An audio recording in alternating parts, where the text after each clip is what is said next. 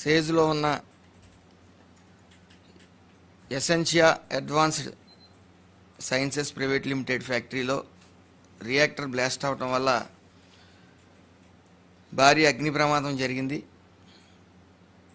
సుమారు 25 మంది తీవ్ర గాయాలు అవటం జరిగింది.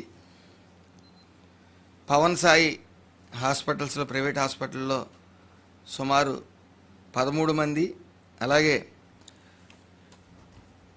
ఉషా ప్రైమ్ హాస్పిటల్స్లో 9 మంది చికిత్స పొందుతూ ఉన్నారు.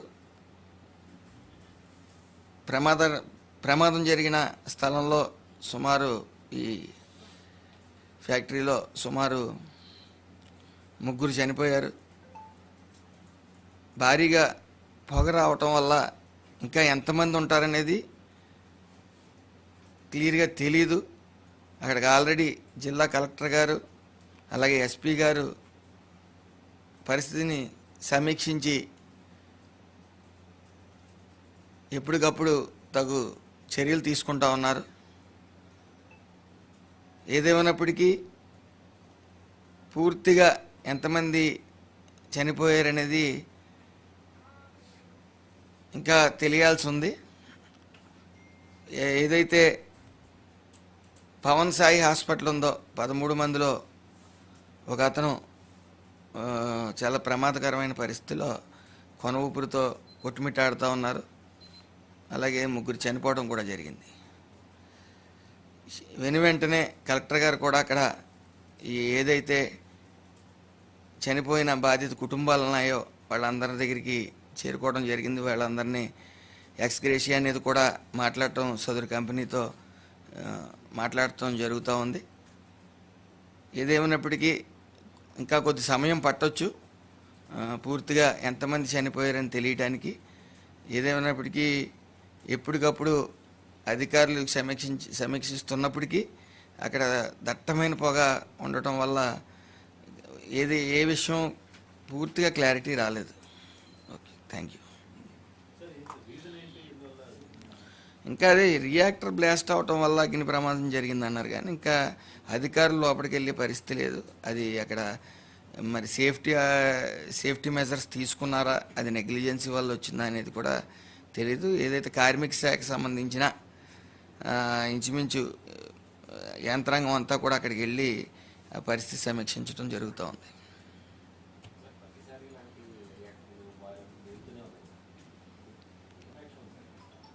గత 5 years నుంచి అదే గత మీడియాలో చెప్పడం జరిగింది. గత 5 yearsలో థర్డ్ పార్టీ ఏజెన్సీస్ని ఎంటర్ చేసి అధికారులని వాళ్ళతో అధికారులని వాళ్ళు హ్యాండిల్ చేసుకుని పూర్తిగా బ్లాక్మెయిల్గా సేఫ్టీ మెజర్స్ అనేవి సరిగ్గా పర్యవేక్షించడం పోవడం వల్లే జరిగింది.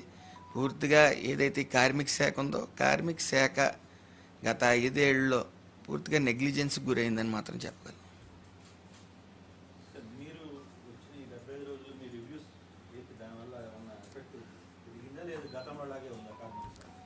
కార్మిక శాఖ ఆల్రెడీ రివ్యూస్ అనేవి స్టార్ట్ చేసాం. వైజాగ్లో కూడా దళార్ వ్యవస్థ అనేది పూర్తిగా వైజాగ్లో ఉంది.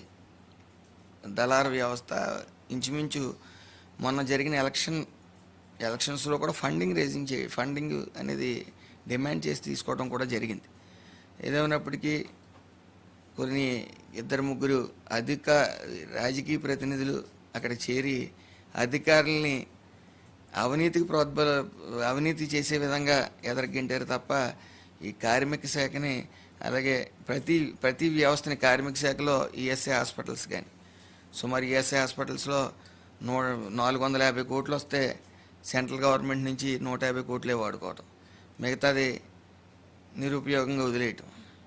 అదేవిధంగా ఏదైతే భవన నిర్మాణ కార్మికులకి అందవలసిన ఈ రాయితీలు కానీ సంక్షేమ పథకాలను అన్నీ ఆపేయటం, అలాగే బీవీఓసీకి చెందిన 4,000 కోట్ల రూపాయలు డైవర్ట్ చేయడం, ఇలాంటి చాలా సమస్యలు ఉన్నాయి. ఏదేమైనప్పటికీ థర్డ్ పార్టీ ఏజెన్సీస్ ద్వారా సరైన సేఫ్టీ ఆడిటింగ్ జరగకపోవటం వల్లే ఈరోజు ఈ యొక్క